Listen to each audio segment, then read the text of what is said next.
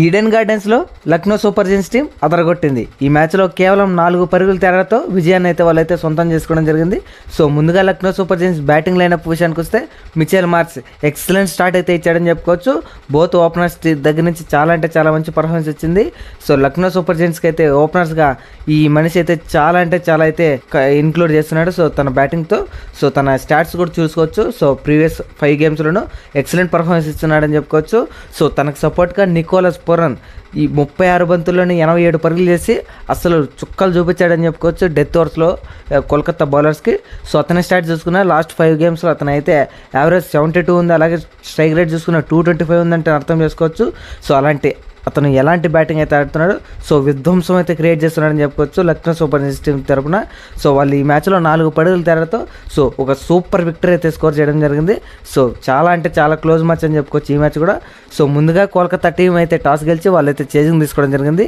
So ఇక్కడైతే నేను little bit confuse అయితే అయ్యాను. సో ఈ డే గ్యాంగ్ అవడంతో సో చేజింగ్ తీసుకోవడానికి అంత అనుకూలంగా ఉండదు అనుకున్నాను. సో ఎల్ఎస్జీ టీంకి అయితే ఎక్సలెంట్ స్టార్ట్ వచ్చిందని చెప్పుకోవచ్చు. సో ఈ మ్యాచ్లో మార్క్రమ్ కూడా ఎక్సలెంట్గా ఆడాడని చెప్పుకోవచ్చు. పవర్ ప్లేలో విధ్వంసం క్రియేట్ చేశాడు అతను కూడా. సో అతనికి తోడుగా మిచెల్ మార్ష్ కూడా చాలా అంటే చాలా బాగా బ్యాటింగ్ చేశారని చెప్పుకోవచ్చు. వీళ్ళిద్దరూ పవర్ ప్లేలో ఎక్సలెంట్గా స్కోర్ చేశారని చెప్పుకోవచ్చు. సో వీళ్ళిద్దరు బ్యాటింగ్ కారణంగానే వాళ్ళ టీం అయితే చాలా అంటే చాలా స్ట్రాంగ్ పొజిషన్లోకి వెళ్ళిపోయిందని చెప్పుకోవచ్చు. సో వాళ్ళు డెత్ ఓవర్స్లో అన్ని పరుగులు కొట్టారంటే సో పవర్ ప్లేలో వికెట్ కోల్పోకుండా వీళ్ళైతే బ్యాటింగ్ చేశారని చెప్పుకోవచ్చు.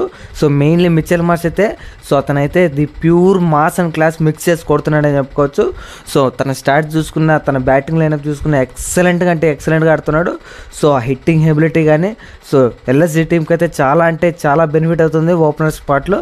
సో అతని వల్లే మ్యాచ్లు అయితే గెలుస్తున్నారు. సో తనకు తోడుగా నికోలస్ పూరన్ కూడా ఎలాంటి విధ్వంసం క్రియేట్ చేస్తున్నాడంటే డెత్ ఓవర్స్లో అతను చేసిన విధ్వంసం వల్ల సో అరౌండ్ 240 కొట్టారంటే అర్థం చేసుకోవచ్చు. 233 ఎక్సలెంట్గా అంటే ఎక్సలెంట్గా ఆడుతున్నాడు. సో నికోలస్ పూరన్ ఈ మనిషి ఉంటే మ్యాచ్ను వన్ సైడ్ చేస్తున్నాడు. వీళ్ళిద్దరు బ్యాటింగ్ కారణనే సో టీం అయితే వాళ్ళైతే చాలా చేజింగ్ చాలా స్ట్రాంగ్ అయిపోయారని చెప్పుకోవచ్చు మిచెల్ మార్ష్ మరియు నికోలస్ పూరన్. సో వీళ్ళిద్దరు బ్యాటింగ్ ఎంతో అంటే ఎంతో చాలా ప్లస్ పాయింట్ అయింది వాళ్ళకి ఈ విజయంలో. సో వాళ్ళైతే 20 ఓవర్లకు గాను 238 పరుగులు అయితే కొట్టడం జరిగింది, కేవలం 3 వికెట్లు కోల్పోయాయి. సో ఇక చేజింగ్ విషయానికి వస్తే so Lucknow super giants team కన్నా కోల్కతా ట్రైడర్స్ టీంకి అయితే చాలా అంటే చాలా మంచి స్టార్ట్ వచ్చింది. ఏకంగా పవర్ ప్లేలో 90 పరుగులు కొట్టారంటే అర్థం చేసుకోవచ్చు. అలాగే లక్నో సూపర్ జైంట్స్ నుంచి బౌలింగ్ అంతగా సరిగ్గా వర్కౌట్ అవ్వలేదు పవర్ ప్లేలో. సో పవర్ ప్లేలో అయితే కోల్కతా బ్యాటర్స్ అయితే ఎక్సలెంట్గా పర్ఫార్మ్ చేశారని చెప్పుకోవచ్చు. సో అలాగే ఎల్ఎస్జీ బౌలర్స్ కూడా చాలా వరకు ఎక్స్ట్రా అయితే ఇవ్వడం జరిగింది. డెఫినెట్గా ఈ మ్యాచ్లో కోల్కతా నైట్ రైడర్స్ అందరూ గెలిచేస్తుంది అనుకున్నారు. సో వాళ్ళకి వచ్చిన స్టార్ట్స్ అలాగే ఎక్సలెంట్గా వాళ్ళైతే బ్యాటింగ్ చేయడం సో డెఫినెట్గా చాలా అంటే చాలా ప్లస్ పాయింట్ అయింది. వాళ్ళు ఈ మ్యాచ్ ఎక్కడ ఓడిపోయారంటే సో రసల్ మరియు రింకు సింగ్ అలాగే సునీల్ నారాయణ్, వరుణ్ చక్రవర్తి ఇలాంటి ప్లేయర్స్ అయితే అంత మంచి ఆట అయితే ఈ మ్యాచ్లో ఆడలేకపోయారని చెప్పుకోవచ్చు.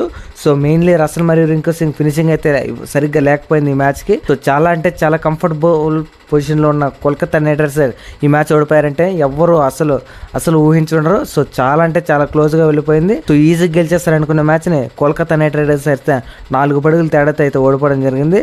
సో డెఫినెట్గా ఇదైతే వాళ్ళకి చాలా అంటే చాలా నెగిటివ్ అయిపోతుంది. సో వాళ్ళ హోమ్ గ్రౌండ్లో వాళ్ళు ఆడి ఈ మ్యాచ్ ఓడిపోవడం జరిగింది.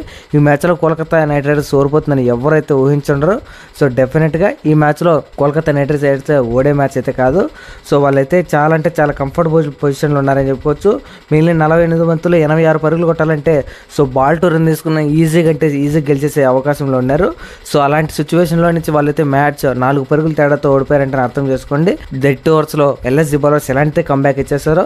So mainly Kolkata Knight Riders ఈ మ్యాచ్ ఎక్కడ ఓడిపోయారంటే డెఫినెట్గా మిడిల్ ఓవర్స్లో అని చెప్పుకోవచ్చు. సో మిడిల్ ఓవర్స్లో రన్స్ అయితే రాకపోయి సో మిస్ ఫీల్డ్స్ అలాగే ఎక్స్ట్రాస్ ద్వారా వాళ్ళకైతే రన్స్ వచ్చాయి. సో అది వరకు కొంచెం క్యారీ అయినా సో వికెట్లు పడిన తర్వాత వాళ్ళైతే మ్యాచ్ అయితే ఎక్కడ కోలుకోలేకపోయారు. So mainly Shardul Thakur, Russell Venkatesh Iyer wicket తీసిన తర్వాత సో మ్యాచ్ అయితే వాళ్ళైతే చాలా వరకు చాలా వెనకబడిపోయారని చెప్పుకోవచ్చు. ఈ మ్యాచ్లో రింకు సింగ్ తన మెరుపులు చూస్తాడనుకున్నాం. సో అలాంటి మెరుపులు అయితే తన నుంచి అయితే ఈ మ్యాచ్లో కూడా రాలేకపోయాయి. సో లాస్ట్ 3 బాల్కి 3 సిక్స్లు కొట్టాలనే టైంలో అతనైతే సరిగ్గా హిట్టింగ్ చేయలేకపోయాడనే దాంట్లో ఎలాంటి సందేహం లేదు. సో డెఫినెట్గా రింకు సింగ్ కూడా తన ఫామ్లోకి రావాలి. So last over Ravi Bishnoi వేశారంటే డెఫినెట్గా చాలా అంటే చాలా క్లోజ్గా వెళ్తుందని నేనైతే అనుకున్నాను. సో అతనైతే చాలా అంటే చాలా మంచి బాల్స్ అయితే వేసి రింకు సింగ్ లాంటి ప్లేయర్ని పవర్ హిట్టర్నే కంట్రోల్లో పెట్టాడంటే అర్థం చేసుకోవచ్చు. సో ఎలాంటి బౌలింగ్ అయితే రవి బిష్ణోయ్ వేయడం జరిగింది. సో దాని కారణంగానే వాళ్ళైతే ఈ మ్యాచ్లో 4 పరుగుల తేడాతో ఓడిపోవడం జరిగింది. సో డెఫినెట్గా కోల్కతా నైట్ రైడర్స్ చేతిలో ఉన్న మ్యాచ్ అయితే వాళ్ళైతే నేల పని చేసుకున్నారనే దాంట్లో ఎలాంటి సందేహం లేదు. అలాగే ఈ మ్యాచ్లో ఎక్సలెంట్ పర్ఫామ్ చేసిన నికోలస్ పూరన్కి అయితే ప్లేయర్ ఆఫ్ ద మ్యాచ్ అయితే అవార్డు గెలుచుకోవడం జరిగింది. సో డెఫినెట్గా చాలా అంటే చాలా ఇంట్రెస్టింగ్ మ్యాచ్ అని చెప్పుకోవచ్చు ఈ మ్యాచ్. సో మనమైతే క్రికెట్ పైన వీడియోస్ అయితే చేస్తుంటాం. సో ప్రివ్యూ వీడియోస్ అలాగే రివ్యూ వీడియోస్. సో మీరు మన ఛానల్ అయితే డైలీ ఫాలో అవుతారని, సో మన ఛానల్ సబ్స్క్రైబ్ చేసుకోండి. సో ఈ వీడియోని లైక్ చేయండి, కుదిరితే మీ ఫ్రెండ్స్ అండ్ ఫ్యామిలీకి కూడా షేర్ చేయండి. సో మనమైతే చాలా అంటే చాలా మంచి ప్రెడిక్షన్ అయితే